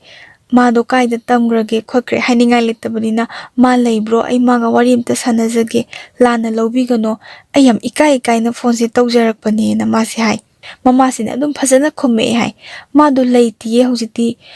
ꯃꯥ ꯂꯥꯛꯑꯒꯅꯦ ꯃꯉꯣꯟꯗꯒꯤ ꯐꯣꯟꯁꯦ ꯇꯧꯍꯜꯂꯛꯑꯒꯦ ꯅꯪꯅ ꯀꯥꯏꯗ ꯇꯝꯃꯕ ꯈꯣꯠꯂꯕ ꯐꯖꯅ ꯂꯩꯌꯨ ꯈꯣꯠꯂꯨꯀꯣ ꯅꯨꯡꯉꯥꯏꯔꯤꯕ ꯈꯣꯠꯂꯤꯕꯅ ꯃꯃꯥꯁꯤꯅ ꯐꯖꯅ ꯍꯥꯏꯕꯤꯔꯤ ꯍꯥꯏ ꯃꯥꯅ ꯍꯣꯏꯅ ꯃꯥ ꯐꯖꯅ ꯈꯨꯝꯃꯦ ꯌꯥꯝꯅꯁꯨ ꯍꯔꯥꯎꯖꯩ ꯍꯥꯏꯕ ꯅꯨꯃꯤꯠꯁꯦ ꯍꯥꯏꯕꯗꯤ ꯃꯃꯥꯅꯒ ꯐꯖꯅꯒ ꯍꯥꯏꯕꯤꯔꯛꯄꯗꯨꯗ ꯉꯁꯥꯏꯒꯤ ꯃꯃꯥꯒꯤ ꯃꯆꯦꯒꯤ ꯋꯥꯔꯤꯁꯤꯡꯗꯣ ꯇꯥꯔꯒꯀꯣ ꯍꯧꯖꯤꯛ ꯐꯥꯎꯕ ꯅꯨꯡꯁꯤꯕꯤꯔꯤꯕꯣꯏ ꯈꯟꯖꯕꯒꯤ ꯃꯥꯁꯨ ꯌꯥꯝ ꯍꯔꯥꯎꯖꯈꯤ ꯍꯥꯏ ꯅꯣꯡ ꯅꯤꯅꯤ ꯂꯩꯔꯒ ꯏꯊꯥ ꯊꯥꯖꯗꯅ ꯄꯥꯎ ꯐꯥꯎꯔꯛꯑꯦ ꯃꯃꯥꯟꯅꯕꯤꯁꯤꯗꯀꯣ ꯃꯥꯒ ꯅꯨꯡꯁꯤꯅꯔꯤꯕ ꯅꯨꯄꯥꯁꯤꯅ ꯑꯩ ꯃꯥꯒ ꯑꯝꯇ ꯄꯥꯎ ꯐꯥꯎꯅꯅꯤꯡꯉꯤ ꯄꯥꯎ ꯐꯥꯎꯅꯅꯕ ꯑꯝꯇ ꯁꯤꯟꯕꯤꯌꯣꯅ ꯍꯥꯏꯕꯖꯥꯠꯅꯤꯗ ꯑꯗꯩ ꯍꯥꯏꯕꯁꯤꯗꯤ ꯃꯃꯥꯟꯅꯕꯤꯁꯤꯅ ꯏꯅꯥꯎꯅꯨꯄꯤꯒꯤ ꯃꯄꯥꯒꯤ ꯐꯣꯟꯁꯤꯗ ꯇꯧꯔꯛꯑꯦ ꯑꯗꯨꯒ ꯍꯥꯏꯔꯛꯑꯦ ꯅꯪꯗꯣ ꯅꯣꯏ ꯁꯥꯏꯅ ꯄꯥꯎ ꯐꯥꯎꯅꯅꯤꯡꯉꯤ ꯍꯥꯏꯌꯦ ꯈꯣꯠꯂꯦ ꯑꯩꯉꯣꯟꯗ ꯃꯦꯁꯦꯁ ꯊꯥꯔꯛꯑꯦ ꯍꯥꯏꯅ ꯁꯤꯒꯤ ꯅꯨꯃꯤꯠꯁꯤꯗ ꯃꯥꯅ ꯍꯔꯥꯎꯕꯁꯤꯗꯤ ꯉꯝꯈꯩ ꯂꯩꯇꯦ ꯍꯥꯏꯗꯤ ꯑꯗꯨꯛꯀꯤ ꯃꯇꯤꯛ ꯍꯔꯥꯎꯖꯈꯤꯕꯗꯣꯀꯣ ꯁꯤꯁꯦ ꯃꯥꯅ ꯍꯔꯥꯎꯃꯟꯗꯅ ꯑꯗꯨꯗꯤ ꯅꯪꯒꯤ ꯐꯣꯟꯗꯒꯤ ꯑꯣꯏꯅ ꯑꯩ ꯋꯥꯔꯤ ꯁꯥꯟꯅꯔꯒꯦꯅꯀꯣ ꯃꯥꯅ ꯍꯥꯏꯔꯦ ꯅꯣꯏꯗ ꯂꯥꯛꯀꯦꯅ ꯍꯥꯏꯌꯦ ꯃꯃꯥꯟꯅꯕꯤꯁꯤꯅ ꯍꯣꯏ ꯂꯥꯛꯑꯣ ꯌꯥꯔꯦ ꯑꯗꯨꯒ ꯁꯥꯟꯅꯔꯣꯅ ꯍꯥꯏꯌꯦ ꯑꯗꯣ ꯄꯥꯎꯁꯦ ꯐꯥꯎꯅꯔꯦ ꯑꯗ ꯃꯥꯅ ꯃꯄꯥꯁꯤꯗ ꯍꯥꯏ ꯕꯕꯥ ꯏꯃꯥꯟꯅꯕꯤꯗꯣ ꯑꯝꯇ ꯊꯤꯟꯕꯤꯌꯣ ꯈꯣꯠꯄꯤꯌꯣꯅ ꯃꯣꯏ ꯕꯕꯥꯁꯦ ꯑꯗꯨꯛꯀꯤ ꯃꯇꯤꯛ ꯆꯦꯛꯁꯜꯂꯦ ꯍꯥꯏꯕ ꯀꯔꯤꯝꯇ ꯆꯠꯊꯣꯛꯄ ꯌꯥꯗꯕ ꯁ꯭ꯀꯨꯜꯗꯕꯨꯗꯤ ꯄꯪꯂꯥꯡꯗ ꯂꯥꯡꯖꯕ ꯄꯪꯉꯥꯎꯗ ꯉꯥꯎꯖꯕ ꯑꯗꯣ ꯌꯨꯝꯗꯗꯤ ꯀꯔꯤꯝꯇ ꯌꯥꯗꯕ ꯃꯄꯥن ꯊꯣꯛꯀꯦ ꯈꯣꯠꯀꯦ ꯍꯥꯏꯕꯁꯦ ꯀꯩꯝ ꯌꯥꯗꯕꯅꯤ나 ꯃꯃꯥꯟꯅꯕꯤ ꯍꯣꯏꯗꯆꯠꯀꯦꯅ ꯍꯥꯏꯔꯦ ꯇꯁꯦꯡꯅ ꯑꯗꯨꯝ ꯃꯄꯥꯁꯤꯅ ꯊꯤꯟꯕꯤꯔꯦ ꯃꯃꯥꯟꯅꯕꯤ ꯍꯣꯏꯗ ꯌꯧꯔꯦ ꯑꯗꯨꯒ ꯄꯥꯎ ꯐꯥꯎꯅꯔꯦ ꯍꯥꯏ ꯏꯍꯥꯟ ꯍꯥꯟꯅ ꯃꯇꯝ ꯌꯥꯝ ꯀꯨꯏꯔꯕꯒꯤ ꯇꯨꯡꯗ ꯏꯍꯥꯟ ꯍꯥꯟꯅ ꯄꯥꯎ ꯐꯥꯎꯅꯗꯣꯏꯅꯤ ꯁꯤꯗꯒꯤ ꯃꯥꯅꯒ ꯋꯥꯈꯜ ꯉꯥꯏꯍꯥꯛꯇꯨꯗ ꯈꯟꯖꯈꯤꯕꯁꯦ ꯃꯥꯅ ꯁꯨꯃꯥꯏꯅ ꯄꯥꯎ ꯐꯥꯎꯔꯛꯑꯕꯅꯤꯅ ꯑꯩꯁꯨ ꯇꯨꯃꯤꯟꯅ ꯐꯣꯟ ꯑꯃ ꯄꯥꯏꯔꯒꯦ ꯐꯣꯟ ꯀꯤꯄꯦꯗꯁꯤꯕꯨ ꯀꯌꯥꯃꯨꯛ ꯄꯤꯖꯥꯅꯣ ꯀꯥꯏꯅ ꯋꯥꯈꯜ ꯌꯥꯝ ꯁꯥꯒꯠꯆꯕꯗꯣ ꯑꯗꯨꯝ ꯏꯕꯥꯅꯤ ꯋꯥꯔꯤ ꯁꯥꯟꯅꯗ꯭ꯔꯁꯨ ꯃꯦꯁꯦꯁ ꯊꯥꯅꯅꯕ ꯍꯥꯏꯗꯤ ꯌꯥꯝꯅ ꯅꯨꯡꯁꯤꯖꯔꯨꯕꯒꯤ ꯃꯥꯒꯤ ꯃꯄꯥꯎꯇꯕꯨ ꯇꯥꯅꯤꯡꯕꯒꯤ ꯐꯣꯟ ꯑꯃ ꯄꯥꯏꯔꯒꯦꯅ ꯃꯥꯁꯦ ꯁꯤ ꯌꯧꯅꯐꯥꯎ ꯈꯟꯒꯦ ꯍꯥꯏꯕ ꯌꯥꯝ ꯂꯣꯟꯅ ꯋꯥꯔꯤ ꯁꯥꯟꯅꯔꯦ ꯃꯣꯏ ꯑꯅꯤꯁꯦ ꯑꯗ ꯃꯥꯅ ꯍꯥꯏꯌꯦ ꯃꯥꯒꯤ ꯅꯨꯡꯁꯤꯕꯁꯤꯗ ꯏꯀꯥꯏꯅ ꯀꯔꯤ ꯌꯥꯝ ꯐꯖꯅꯀꯣ ꯃꯥꯒꯤ ꯊꯃꯣꯏꯒꯤ ꯑꯣꯏꯕ ꯌꯥꯝꯅ ꯐꯖꯅ ꯑꯩ ꯁꯤꯉꯩ ꯋꯥꯔꯦ ꯅꯪꯉꯣꯟꯗꯅ ꯍꯥꯏꯕꯁꯤꯁꯨ ꯍꯩꯇꯕꯤ ꯏꯟꯈꯠꯂꯛꯄ ꯃꯇꯝꯅꯤꯅ ꯏꯊꯛ ꯊꯛꯀꯠꯄꯤ ꯍꯥꯏꯕꯗꯣ ꯂꯨꯝꯙꯅ ꯋꯥꯁꯦ ꯍꯥꯏꯕ ꯍꯩꯇꯕꯩ ꯃꯥꯅ ꯍꯥꯏꯗꯦ ꯍꯥꯏ ꯏꯀꯥꯏꯅ ꯅꯪꯗꯤ ꯐꯣꯟꯁꯨ ꯄꯥꯏ ꯍꯥꯏ ꯑꯗꯣ ꯑꯩꯅ ꯑꯦꯀꯥꯎꯟ ꯑꯃ ꯍꯥꯡꯉꯒ ꯅꯪꯉꯣꯟꯗ ꯃꯦꯁꯦꯁ ꯊꯥꯕꯗꯣ ꯅꯪ ꯍꯜꯂꯛꯇꯦ ꯀꯩꯒꯤꯅꯣ ꯈꯣꯠꯀꯤꯅꯣ ꯅꯪ ꯑꯦꯕꯤꯗ ꯐꯣꯇꯣ ꯊꯥꯒꯠꯂꯛꯄꯗꯤ ꯑꯩ ꯎꯏ ꯃꯤ ꯃꯆꯥꯗꯤ ꯐꯣꯟꯒ ꯄꯥꯏꯈ꯭ꯔꯕꯅꯤꯅ ꯃꯥꯁꯦ ꯑꯗꯨꯃꯥꯏꯅ ꯍꯥꯏꯔꯛꯑꯦ ꯍꯥꯏꯕꯀꯣ ꯑꯗꯩ ꯃꯥꯒ ꯅꯨꯡꯁꯤꯅꯔꯤꯕ ꯅꯨꯄꯥꯁꯤꯅ ꯑꯗꯨꯝ ꯈꯨꯝꯃꯛꯑꯦ ꯍꯥꯏ ꯑꯩꯗꯣ ꯐꯣꯟꯗꯣ ꯄꯥꯏꯗꯤ ꯄꯥꯏꯔꯦ ꯑꯗꯣ ꯑꯩ ꯄꯥꯛꯅ ꯄꯥꯏꯗꯦ ꯑꯩ ꯕꯣꯔꯗꯤꯡꯗ ꯑꯃꯨꯛ ꯆꯪ ꯌꯨꯝꯗ ꯑꯃꯨꯛ ꯂꯩꯕꯅꯤꯅ ꯑꯩ ꯐꯖꯅ ꯄꯥꯏꯕ ꯉꯝꯗꯦꯗ ꯈꯣꯠꯇꯦꯗꯅ ꯍꯥꯏꯔꯛꯑꯦ ꯑꯗꯣ ꯁꯤꯗꯩꯁꯤꯗꯀꯣ ꯃꯥꯒꯤ ꯅꯨꯡꯁꯤꯅꯔꯤꯕ ꯅꯨꯄꯥꯁꯤꯅ ꯍꯥꯏꯔꯛꯑꯦ ꯅꯪ ꯐꯖꯅ ꯏꯕꯥꯅꯤ ꯀ꯭ꯂꯥꯁ 12 ꯂꯣꯏꯔꯒ ꯐꯖꯅ ꯄꯥꯎ ꯐꯥꯎꯅꯔꯁꯤ ꯑꯩꯗோ 12 ꯂꯣꯏꯔꯒ ꯏꯃꯥꯅ ꯑꯥꯎꯠꯁꯥꯏꯗꯠꯇ ꯑꯩꯗꯣ ꯀꯩꯅꯣꯝꯃ ꯇꯝꯍꯟꯒꯅꯤ ꯍꯥꯏꯌꯦ ꯑꯗꯣ ꯅꯪꯁꯨ ꯐꯖꯅ ꯂꯥꯏꯔꯤꯛꯇꯣ ꯐꯖꯅ ꯇꯝꯃꯣ ꯑꯗꯨꯒ ꯑꯦꯛꯖꯥꯝꯗꯣ ꯐꯖꯅ ꯊꯥꯔꯣ ꯑꯗꯣ ꯏꯕꯥꯅꯤꯗꯣ ꯑꯥꯎꯠꯁꯥꯏꯗꯠꯇ ꯇꯝꯃꯤꯟꯅꯁꯦꯅ ꯍꯥꯏꯕꯀꯣ ꯑꯗꯨꯒꯤ ꯃꯇꯨꯡꯗ ꯄꯥꯎ ꯐꯥꯎꯅꯔꯁꯦꯅ ꯍꯥꯏꯕꯁꯤꯗ ꯃꯥꯅ ꯋꯥꯔꯧꯔꯝꯕ ꯈꯨꯗꯤꯡꯃꯛꯀꯣ ꯏꯅꯥꯎꯅꯨꯄꯤꯁꯤꯅ ꯋꯥꯔꯧꯔꯝꯕ ꯈꯨꯗꯤꯡꯃꯛꯁꯦ ꯂꯣꯏꯅ ꯐꯈ꯭ꯔꯦ ꯅꯨꯃꯤꯠꯁꯤꯗ ꯃꯥꯅ ꯍꯔꯥꯎꯕꯁꯤꯗꯤ ꯑꯗꯨꯛꯀꯤ ꯃꯇꯤꯛ ꯍꯔꯥꯎꯋꯦ ꯁꯤꯗꯒꯤ ꯍꯦꯟꯅ ꯍꯔꯥꯎꯕ ꯅꯨꯃꯤꯠꯁꯦ ꯃꯥ ꯂꯩꯈꯤꯗꯦ ꯍꯥꯏꯕꯀꯣ ꯌꯥꯝꯅꯁꯨ ꯍꯔꯥꯎꯖꯈꯤꯗꯦ ꯃꯥꯅꯒ ꯂꯦꯇꯔꯒ ꯃꯩꯒ ꯊꯥꯗꯣꯛꯈꯤꯕꯗꯣ ꯑꯁ ꯌꯥꯝ ꯄꯥꯝꯃꯨꯔꯛꯑꯦ ꯍꯥꯏꯌꯦ ꯄꯥꯝꯃꯨꯖꯕꯗꯣꯀꯣ ꯑꯗꯨꯛꯀꯤ ꯃꯇꯤꯛ ꯑꯗ ꯃꯥꯅ ꯍꯣꯏꯅ ꯍꯥꯏꯔꯒ ꯌꯥꯝ ꯊꯥꯖꯅ ꯅꯨꯃꯤꯠꯁꯤꯗꯒꯤ ꯑꯃꯨꯛ ꯄꯥꯎ ꯐꯥꯎꯅꯈꯤꯗ꯭ꯔꯦ ꯁ꯭ꯋꯥꯏꯒꯤ ꯃꯇꯥꯡꯁꯤꯗ ꯑꯩꯈꯣꯏꯒꯤ ꯃꯃꯥꯟꯅꯕꯁꯤꯡꯅ ꯑꯃꯨꯛ ꯍꯥꯏꯕꯤꯔꯦꯀꯣ ꯏꯅꯥꯎꯅꯨꯄꯤꯁꯤꯗ ꯅꯪꯒ ꯈꯪꯅꯔꯤꯕꯗꯣ ꯃꯥꯗꯣ ꯃꯣꯏꯒꯤ ꯁ꯭ꯀꯨꯜꯗꯒꯤ ꯑꯇꯣꯞꯄ ꯅꯨꯄꯤ ꯑꯃ ꯀꯣꯏꯅꯩ ꯍꯥꯏꯕꯅꯤ ꯅꯪ ꯈꯔ ꯆꯦꯛꯁꯤꯟꯖꯧꯀꯣꯅ ꯁꯤꯒꯤ ꯄꯥꯎꯁꯤꯗꯤ ꯃꯥ ꯇꯥꯒꯤ ꯍꯥꯏꯕ ꯃꯉꯣꯟꯃꯛꯇꯗ ꯑꯗꯨꯝ ꯍꯥꯏꯔꯛꯄꯀꯣ ꯃꯥꯕꯨ ꯅꯨꯡꯁꯤꯕꯤꯕ ꯃꯃꯥꯟꯅꯕꯁꯤꯡꯅ ꯑꯗꯣ ꯃꯥꯅꯗꯤ ꯌꯥꯝ ꯍꯥꯏꯗꯤ ꯃꯥꯒꯤ ꯅꯨꯡꯁꯤꯕꯗꯨꯅ ꯍꯥꯏꯔꯛꯄ ꯋꯥꯗꯨꯅ ꯂꯨꯝꯅ ꯂꯧꯈꯤꯕ ꯃꯤꯅ ꯍꯥꯏꯕ ꯋꯥꯁꯦ ꯃꯥ ꯀꯌా ꯊꯥꯖꯒꯟꯗꯦꯕ ꯏꯆꯝ ꯆꯝꯅ ꯏꯉꯥꯎ ꯉꯥꯎꯅ ꯂꯩꯖꯔꯁꯨ ꯃꯥꯅ ꯊꯃꯣꯏ ꯌꯥꯝ ꯁꯦꯡꯅ ꯅꯨꯡꯁꯤꯈꯤꯕꯅꯤꯅ ꯑꯩꯅ ꯊꯃꯣꯏ ꯁꯦꯡꯅ ꯅꯨꯡꯁꯤꯔꯤꯕ ꯁꯨꯃꯥꯏꯅ ꯀꯣ ꯅꯪꯅꯁꯨ ꯑꯩꯕꯨ ꯊꯃꯣꯏ ꯁꯦꯡꯅ ꯅꯨꯡꯁꯤꯕꯤꯔꯝꯒꯅꯤꯅ ꯈꯟꯖꯕꯒꯤ ꯃꯥꯁꯦ ꯊꯥꯖꯈꯤꯗꯦ ꯍꯥꯏꯌꯦ 12ꯁꯦ ꯍꯥꯏꯗꯣꯔꯛꯄꯁꯤꯗ ꯃꯥꯁꯦ ꯀꯝꯄꯥꯗ ꯌꯥꯎꯔꯛꯑꯦ ꯃꯦꯠꯁꯇ ꯃꯥꯁꯦ ꯀꯝꯄꯥ ꯂꯥꯛꯑꯦ ꯂꯥꯏꯔꯤꯛꯁꯦ ꯃꯥꯁꯦ ꯅꯨꯡꯁꯤꯕꯗ ꯉꯥꯎꯖꯈꯤꯕ ꯍꯥꯏꯇꯥꯔꯦ ꯑꯗꯨꯛꯀꯤ ꯃꯇꯤꯛ ꯃꯥꯒꯤ ꯋꯥꯈꯜꯗ ꯅꯨꯡꯉꯥꯏꯇ ꯑꯗꯨꯝ ꯈꯟꯈꯤꯕꯗꯤ ꯃꯥꯁꯦ ꯈꯤꯇꯪ ꯁꯣꯟꯊꯈꯤꯕꯀꯣ ꯍꯣꯠꯅꯕ ꯈꯤꯇꯪ ꯋꯥꯠꯈꯤꯕꯒ ꯂꯥꯏꯕꯛ ꯊꯤꯕꯒ ꯃꯥꯁꯦ ꯌꯥꯎꯔꯦ ꯃꯃꯥꯟꯅꯕꯤ ꯑꯇꯩꯁꯤꯡꯁꯨ ꯑꯗꯨꯝ ꯌꯥꯎꯔꯛꯑꯦ ꯍꯥꯏꯕꯁꯤꯗ ꯃꯥꯅ ꯃꯄꯥꯁꯤꯅ ꯌꯥꯗ꯭ꯔꯦ ꯀꯝꯄꯥ ꯊꯥꯒꯦ ꯍꯥꯏꯕꯁꯦ ꯃꯄꯥꯅ ꯌꯥꯗ꯭ꯔꯦ ꯃꯇꯝꯁꯤꯗ ꯃꯄꯥꯅ ꯍꯥꯏꯔꯤꯁꯤꯅ ꯅꯪ ꯑꯦꯒ꯭ꯔꯤ ꯇꯝꯃꯨ ꯑꯗꯨꯅ ꯅꯪꯒꯤ ꯀ꯭ꯂꯥꯁ 12ꯀꯤ ꯃꯥꯔꯛꯁꯤꯠꯁꯦ ꯑꯗꯨꯝ ꯄꯨꯟꯁꯤ ꯆꯨꯞꯄ ꯂꯩꯔꯗꯕꯅꯤ ꯑꯗꯨꯅ ꯃꯊꯪ ꯑꯃꯨꯛꯀ ꯍꯟꯅ ꯊꯥꯔꯣ ꯈꯣꯠꯂꯣ ꯃꯄꯥꯒꯤ ꯑꯁꯥꯁꯤꯗꯤ ꯑꯗꯨꯛꯀꯤ ꯃꯇꯤꯛ ꯆꯥꯎꯕꯀꯣ ꯃꯥꯁꯦ ꯌꯥꯝ ꯅꯨꯡꯉꯥꯏꯇꯦ ꯀꯞꯄꯦ ꯃꯄꯥꯒ ꯃꯥꯒꯁꯦ ꯌꯥꯅꯈꯤꯗꯦ ꯑꯗꯨꯕꯨ ꯃꯄꯥꯅꯤꯗꯅ ꯍꯥꯏꯕꯗꯤ ꯃꯆꯥꯒꯤꯗꯃꯛꯇ ꯐꯅꯕ ꯍꯣꯠꯅꯕꯅꯦ ꯃꯄꯥꯅ ꯍꯥꯏꯕꯁꯦ ꯃꯥ ꯌꯥꯕ ꯇꯥꯈꯤꯕ ꯑꯗꯩ ꯃꯥꯁꯦ ꯌꯥꯝ ꯅꯨꯡꯉꯥꯏꯇꯦ ꯍꯥꯏꯗꯤ ꯋꯥꯈꯜꯅꯒ ꯅꯨꯡꯉꯥꯏꯇꯕꯅꯦ ꯃꯥꯁꯦ ꯑꯗꯨꯛꯀꯤ ꯃꯇꯤꯛ ꯀꯞꯈꯤ ꯍꯥꯏ ꯃꯥ ꯁꯥꯒꯠꯂꯝꯕ ꯑꯁꯥꯗꯣ ꯄꯨꯡꯀꯥꯏ ꯀꯥꯏꯈꯤꯕꯗꯣꯀꯣ ꯑꯗꯩ ꯃꯥꯒ ꯅꯨꯡꯁꯤꯅꯖꯔꯤꯕꯗꯨꯒꯤ ꯃꯃꯥꯡꯗꯁꯨ ꯑꯩꯈꯣꯏ ꯏꯀꯥꯏꯔꯤꯅꯤ ꯅꯠꯇ꯭ꯔꯥ ꯏꯀꯥꯏꯖꯕꯅꯤꯅ ꯃꯥꯁꯦ ꯌꯥꯝ ꯅꯨꯡꯉꯥꯏꯇꯦ ꯁꯤꯗꯒꯤ ꯃꯥꯅ ꯉꯁꯥꯏ ꯃꯣꯏꯗ ꯂꯨꯍꯣꯡꯉꯛꯄ ꯀꯨꯏꯗ꯭ꯔꯤꯕ ꯃꯗꯣꯝꯆꯥꯁꯦ ꯃꯥꯅ ꯍꯥꯏꯖꯩꯕ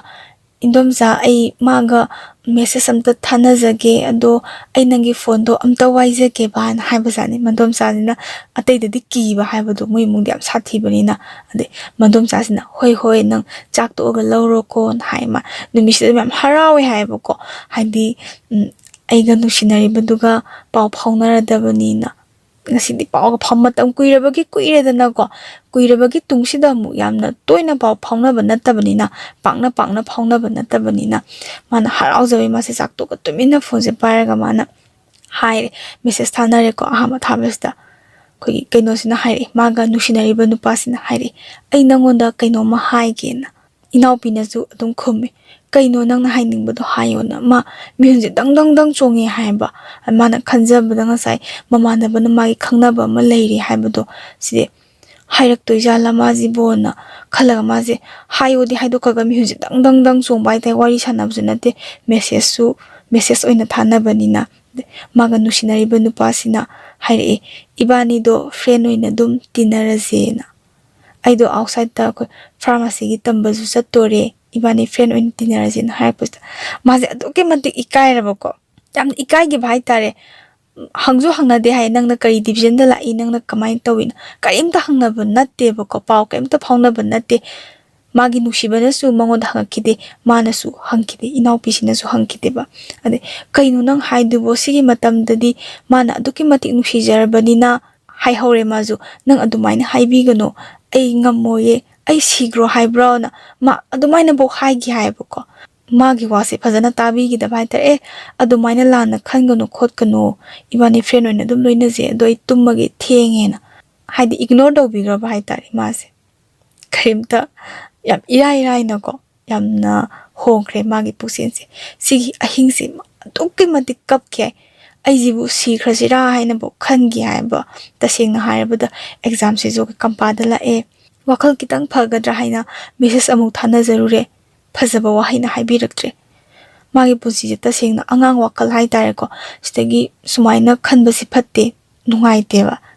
aijibu sikrasira haina khalama se kappe stema je depression la e hai chathok tre kemta degi magi mamanabi secondary gi mamanabi high school gi mamanabi amatta paw phauna dre ikai mandana ko ikai bana hemangi bagi maje nuai tabanina tuminna maje kappaga punsi se lenjare tuminna warasuwana mase exam se amukka muk thare mase yauraga mase koi mapana sum nungairakta bai tar ma agree tamgen hanangi apamada charodana mase tum makha tamdare college tamdana mase karimta khandre mangonda pami nungshi kainaga hairakpa nupa se ma karimta yagidreba nushibada mai thire thamoi singna nungshi jarubado mana mirai biramada ma upai letre aduki mating magi punsi sida kanamta nungsinage haibadu mamaje khankidabagi mase like romda phasana thawa yauna dum hona grestagi mase isona chanbi ba haigadra tasingna awaba machagi su isor leedo stagi mase exam thaba hore adu mase tasing haibda laibuk phabadagi magi hotna jamando isorna ubibadai mase thaba ama phangjare thabak se phangaga ma leire tasengna haibada sigi matamsida ko mana khoi wakhalse aduki matik nuaitana leingei matamsida maga high school ga khoi secondary ga punbi mamanabi amana ne masi nupa ma koyo na haibazani da man aitale ai koiroi kholoi na haije da haiba matamsida khoi nang dumai dum lairadi nang ngawrani na mamanabi namdana nupa ma magi tamakta sinbi haiba nupa sina karamba nupa no haiba matamda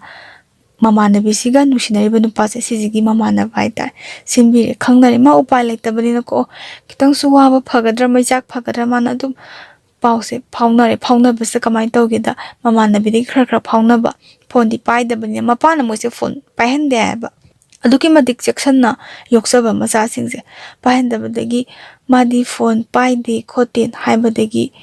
maga akonba khangnariba nupasi kitang senior ne hai mana phone lama pibire hai magi ko phone lam piraga phone dei mase dum tumin dum khra pau phauna ba hore do pau phaunai hai ba ni ma adum kaishu kaino tawde hai ba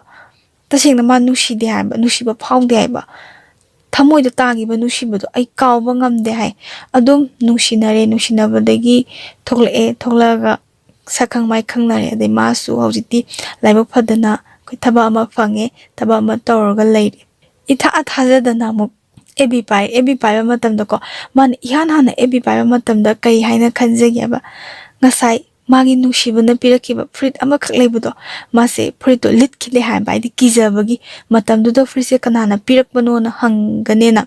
machena su fruit se lipa matam nang fruit se kanana pira ino na hangakani khanbagi yam kijana yam losan na thamjege fruit se dile shabi phara kanda ko hadi mana lit laga mana photo kapagi ebida ma thagat chayeba thagalise mana khanjagi matam du nangna pirakiba fruit se aina lit laga aina ebida thagalaga nangna kari gumba aise utadi nangna ibo mu nushibir adi kainaga khanjabado adu phawa ma se thagat chagi hai adu phawa upai lete adum kain ta paw phawra kidre masu upai lete nushi meja khangna adu masu punsi lambi khongsa sida adum yaure hausti magisu mabu nushi bai tai mabu thamoi sengna nushi biba ama thokle siga nushi nare phajana senior ni hai mawonde khara ado yam lu na ko mana hairiba ko adum gyan tabi bodo kitang hai boda gyan tabi bodo phajana loina bi bodo ko ado loina bi hai itha thajadana nongma paw phawr e hai message thar pajani da mawonde e bida message thar e magi hanba nushi bodo nushina ki boduna mi machadi yam nungai gramale kamai tawrige kholige maso dum icham halle hai nungai kholige nangdi hai nangdi yum palabon han hangi hai admana adum icham madi icham na khumbadu ko palagabu message halakidro na ko madi sai mabukse tukimadi chamna khanbagi chamna da ngangjabudo dumaina halaga mamana bisingsida hai hadi high school gi ko secondary pumbasida maga hana nushinaba nupasina amuk paw phawna bako maga mu hanjana na ba khona ba na haibasida koi high school secondary khana di dum maga de di paw phawna dre khotre na haiba ko paw phawna dram na ta sena aduga ngasai maga yam wazagi bai ta ne magi damakta yam wazagi ba mamanabi ama yawidana high school da su secondary da su punba mamanabi se sida hair pazani da adamana hojiki inaunu pisida tamdraba hadi magi nushinabasida kairak patare mana mirairaga thambiramaga hojik mina matik chara kansida thabaka tawra kasida man hairesi bona man haidraba jani da mana mamanabi sida haiye aiga hana nushinarambado ado engonda message thara amini ngarang han haibasda mamanabi sina haidore hai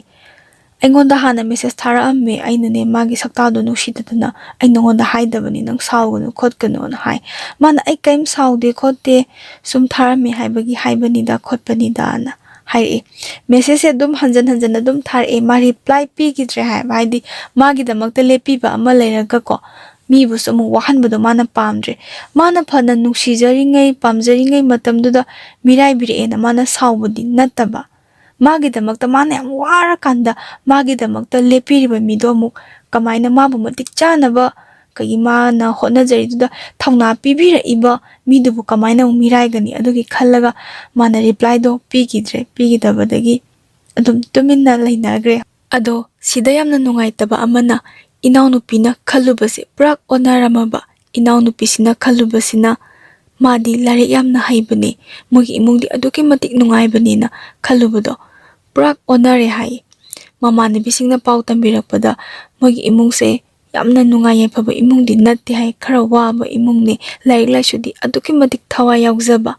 ꯗꯥꯎ ꯌꯥꯗꯕ ꯍꯥꯏꯒꯗ꯭ꯔꯥ, ꯃꯥꯒ ꯍꯥꯟꯅ ꯅꯨꯡꯁꯤꯅꯔꯝꯕ ꯅꯨꯄꯥꯁꯦ ꯆꯥꯅꯕ ꯊꯕꯛ ꯐꯪꯗꯕ, khitang sothana leibado ko mana haijariba mahisiga sigidamukta khalaga inaupishna yam nungaijade haiba madi lailai su yam phana horakibani as kamai tawija nona mana khanjagi hai khai just friend ama oina haibadi mangonda message tharakidana matam amada ngasidagi ibani friend oina loinarase na haibado sida mana adum ningsingdana adum kaudana laigibanina ma haujiti mangonda kaishu waroba nungaitabado phaude haiba adunabu amuk kona mangonda friend request tharpa matamna mana accept tawa matam man ningsinge kangning ningsinge haiba aduna nungaitaba karimta phawgide adu mana sumaina lebase aishu nungaite hai inaw nupise maga hojik kona nushinariba nupase moibani se hojik yum pandri lohongdri moibani gi asa tungge asa thamaga phajana nushinajari wari se ngasigidi swaida loire ado aigi oiba mot kitang phongtok charamge sida aina haijaningbadi inaw nupisiga nushinariba ahanba nushinaba nupado nangoda aina kaidomta hainingbase lana di lobiganu ko nangdo wakhal kitang thenkiba male natraga nangna nusibase khanba haudabagira nangna adum inaw pisibu nusibiramadi nangna haingeshu adum yaraga laksaidana nangi damakta su aduki matik honajakiba mahakto nangna adum phajana loina biramba taragadi noibani se thungnaramba su yaiba nang hayin kaisu yai nangi damakta nangonda nusiba aduki matik phajana utho ubuda nang irai laina khalubagira yam nungaite ko tasing hairaga aigi wakhadadi nangna mani amabu nangna manghanki tasing hairaga mani amase nangna akaibali oina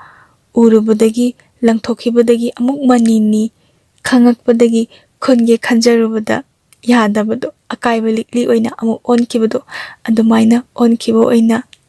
narrator aina khanjabani lana lobiganu chumna sum haijabani noibani ko inaw nupisna nangbu nusiba noibani gi angang oiringai gi nungsi wari do taraga thungna haningbagi haibani phare ngasigi di wari se ai swaida lo sinjarage soiki lankiba khodimak mayam na ngakpiyo।